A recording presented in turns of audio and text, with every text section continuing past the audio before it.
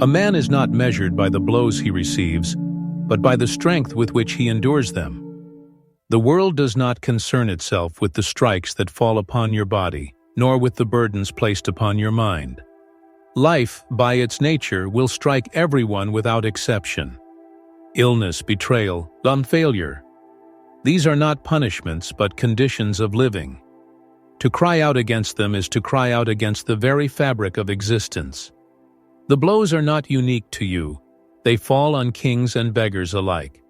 But what is rare, what is worthy of honor, is the man who takes those blows and yet does not fall into despair.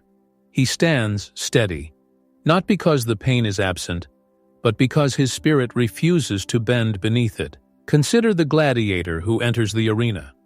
Some are struck once and collapse, though their wounds are not mortal. Others are struck a dozen times, bloodied, scarred, but their eyes remain unbroken. Which one do you honor? The measure is not the pain inflicted, but the endurance revealed. Life is such an arena. You cannot control when the strikes arrive, but you can control whether you collapse or rise again. The man who endures, who suffers with dignity, who accepts pain without surrender, he alone is measured as strong. And what is strength, if not the ability to carry weight without complaint? The tree does not cry when the storm batters its branches. It bends, it endures, and when the winds pass, it stands again, taller for having survived the tempest. So it is with man. If you measure yourself only by ease, you will always be small, for ease makes no man great. Hardship is the chisel that shapes the soul. Endurance is the proof that you are more than flesh, that you are spirit forged by trial. Remember then, life does not count the blows, it counts the refusal to fall. Obstacles will always rise. They are not walls, but tests meant to forge the soul into iron. Every morning you rise with intentions, and every day you meet resistance. The path you imagine as smooth will never be so, for the world resists all who try to shape it. Obstacles are not placed to block you. They are placed to reveal you. If the path were easy, what virtue would endurance have? If there were no resistance, how would you know your strength? Think of the blacksmith. He takes the raw metal and places it into fire. Without fire, the metal remains soft. Without form, unworthy of use. But through heat, through hammering, through endless strikes, the iron is made hard and unbreakable. Do you wish to be like the iron left cold, shapeless, brittle, easily broken? Or like the iron forged through hardship, strong enough to bear weight, sharp enough to cut through resistance? The obstacle is your fire, your hammer, your test. It is not your enemy, it is your teacher. Do not call them walls, as though they stand to imprison you. They are gates, and only those who endure the trial may pass through. Every obstacle is a summons. Will you prove yourself, or will you retreat? Most men retreat. They see the stone in the road and turn aside. But the one who climbs, who struggles, who refuses to abandon his course, finds himself greater at the summit than he was at the base. The obstacle has not weakened him. It has hardened him into iron. Remember that it is not within your control to erase obstacles, but it is within your control to rise through them. If the body aches, you can still move. If the heart doubts, you can still act. If the world denies you ease, you can still show dignity. You cannot dictate the trial, but you can dictate your response. And in that choice, the choice to endure, you forge your soul into something unbreakable. Thus, the wise man does not curse the obstacle, he welcomes it. He sees in it the means of growth. Just as the athletes see what cares resistance in the weight he lifts, so must the soul seek resistance in the struggles it faces. For muscle is built by strain, and character by trial.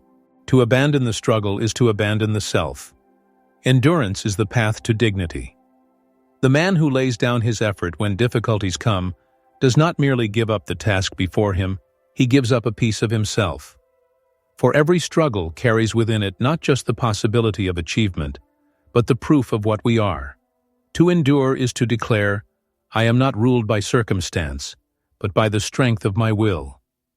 To surrender is to whisper to life, take me as you will. I am clay with no form. I am driftwood with no direction. You must ask yourself, what dignity lies in surrender? To breathe is easy. To eat is natural.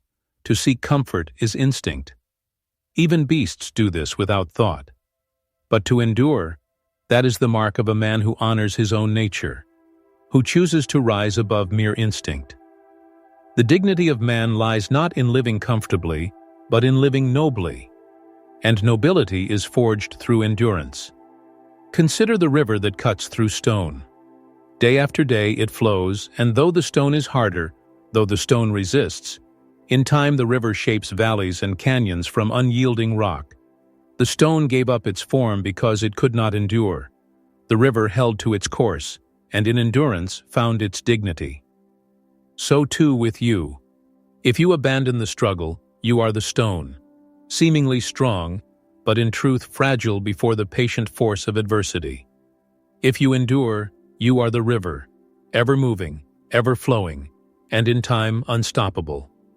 Do not think that struggle is a curse. It is the very arena where dignity is born. Without it, your life is but a soft bed that leaves no memory. Who remembers the man who quit when life struck him? Who honors the one who chose comfort over purpose? None. It is the one who endured hardship, who bore trials without bitterness, who kept faith with himself when the world gave him no reason. That is the man who is remembered, not for what he gained, but for the dignity with which he stood.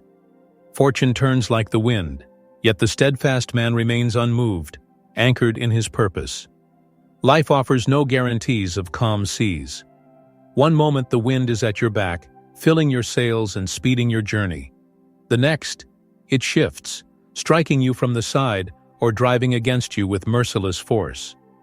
The fool curses the wind, hoping it will obey his will. The wise man does not demand that the wind change.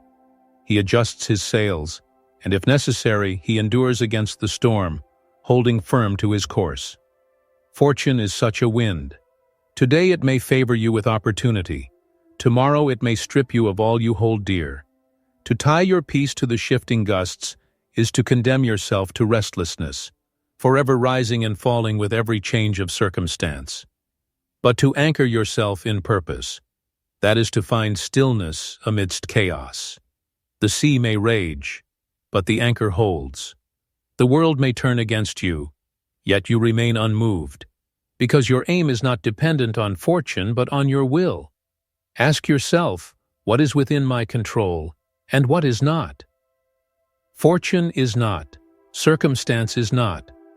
The turning of events, the approval of others, the ease of the path, these are not yours to command. But your purpose, your reason, your endurance, these are yours alone. The man who binds himself to them is free, even when the storm rages. The man who binds himself to fortune is a slave, even when the wind favors him, for he knows it may turn at any hour. The oak does not curse the storm, it digs its roots deeper. The mountain does not tremble at the wind, it stands unmoved, for it is anchored in its foundation. Be as they are. When fortune shifts, do not wail like a child whose toy has been taken. Stand firm, anchor yourself in purpose, and no storm will move you. Fortune is fickle, but dignity endures. Pain, loss, and failure are not curses. They are the tutors of resilience.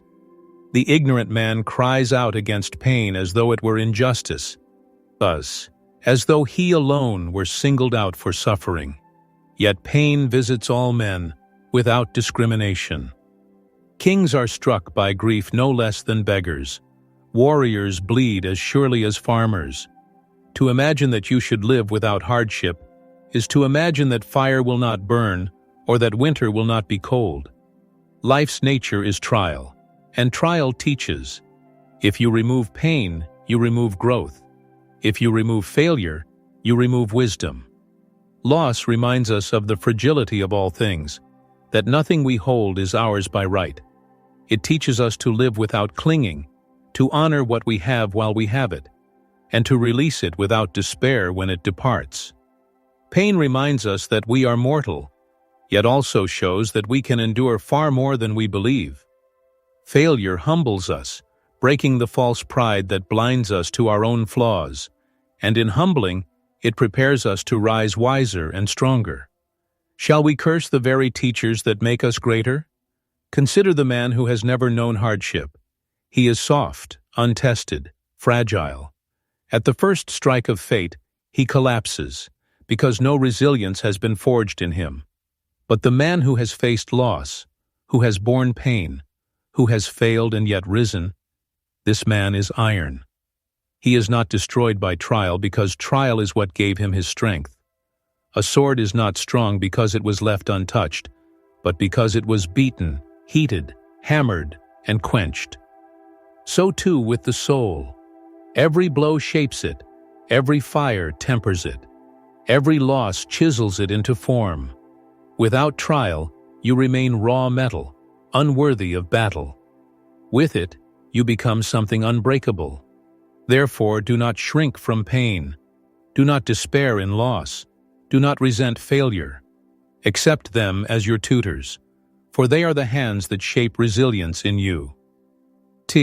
He one who continues, even when the heart is heavy and the body is weary, is already victorious. Victory is not only found at the end of the race, it is present in every step taken when surrender whispered that you should stop. To rise in the morning when grief has made the night heavy is victory. To move forward when strength feels gone is victory. To act when despair presses down is victory. The world may not see it, but the soul knows it. What is it to wed? Is it to cross the finish line first, or is it to refuse to abandon the course? No matter how long it takes, no matter how heavy the burden, the man who never yields is greater than the man who is crowned with laurel but cannot endure hardship. For crowns are given by others, but the victory of endurance is given by the self. No one can strip it from you, because it is not a possession, it is a state of being. Think of the weary soldier who marches on though his body cries for rest. Every step is pain, yet every step is also proof of victory. He has conquered his weakness. He has mastered his despair. He is already victorious before the battle is even won. The one who continues when hope seems faint, when all reason says to stop, has already overcome the greatest enemy, the voice within that tempts him to surrender. We admire the mountain not because it avoids storms, but because it remains standing through them. We admire the oak not because no wind shakes it, but because it refuses to break when the wind is fiercest. So it is with the man who endures. We do not admire him for a life without pain, but for a soul that carries pain with dignity. We do not admire him for a path without loss, but for the courage to keep walking despite it. We do not admire him for never falling, but for always rising again. What is greatness if not the refusal to surrender, even when hope appears faint? Many confuse greatness with power, with wealth, with recognition from the multitude. Yet all these are fleeting. Power shifts hands like the sand blown by the wind. Wealth vanishes in a moment, consumed by time, envy, or chance. Recognition is as fickle as the applause of a crowd. Today they cheer, tomorrow they scorn. If you tie your sense of greatness to these things, you are no greater than a reed swaying with every breeze. True greatness lies deeper. It is not in what fortune grants, but in what the soul chooses. And what does the soul choose when the night is long, when the burden is heavy, when all signs of victory seem distant? If it refuses to surrender, even then it is great. For greatness is not measured by the summit reached, but by the endurance shown on the climb. The man who continues to rise, though hope grows faint, is greater than the man who stands at the peak by chance. Do you not see that even the faintest flame still defies the darkness? The small spark that refuses to die is more admirable than the torch that burns brightly for a moment and then vanishes into smoke. So too with the soul. when all seems lost, when reason itself says the effort is in vain, yet you choose to persist. This is greatness. For you act not because fortune promises reward, but because your will refuses defeat. Greatness is not reserved for heroes sung in stories. It lives quietly in the laborer who works with dignity though his reward is small. It lives in the mother who endures hardship for her children without complaint. It lives in the student who rises again after failure, determined to learn. It lives in every soul that refuses to yield when surrender would be easier. Greatness is not in victory alone. It is in the refusal to abandon the struggle, no matter how faint the light of hope. A mind that perseveres commands fate itself, for it cannot be broken by circumstance. The world is full of shifting winds. Fortune rises, fortune falls. Health comes, health fades. Friendship blossoms, friendship withers.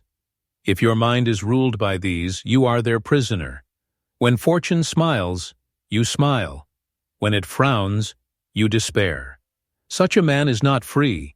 He is bound, tossed endlessly by the storm of circumstance. But the mind that perseveres, that mind holds dominion over fate. For it says, "Do as you will, world, I remain. You may strip me of comfort, but not of resolve. You may bring sorrow, but not break my dignity. You may scatter my plans, but not bend my purpose." Such a mind commands, because it does not yield. The man who holds his mind firm holds the only power that cannot be taken. Consider the mountain. Rain falls, winds howl, snow covers its peaks, yet it does not move. The seasons change, the earth itself trembles, but the mountain endures. So it is with the persevering mind. Circumstance may strike at it with 1,000 blows, but it remains immovable, unbroken. And in this immovability lies its command. For the world cannot master a soul that refuses to be mastered. Do not seek to bend fate to your will.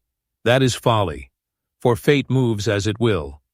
Instead, bend yourself to endurance, and fate itself becomes powerless against you. The man who perseveres has no fear of loss, for he knows he will endure loss. He has no terror of pain, for he knows he can endure pain. He has no dread of failure, for he knows failure cannot destroy him. Such a man is unconquerable. And what greater power is there than this, to be unconquerable? Fortune may lift you high or cast you low, but it cannot break you. Circumstance may favor you or betray you, but it cannot command you. The persevering mind looks upon the rise and fall of events as one looks upon the changing of the seasons. Winter comes, winter goes, yet life remains. So too, fortune comes and goes, yet the enduring soul remains unmoved.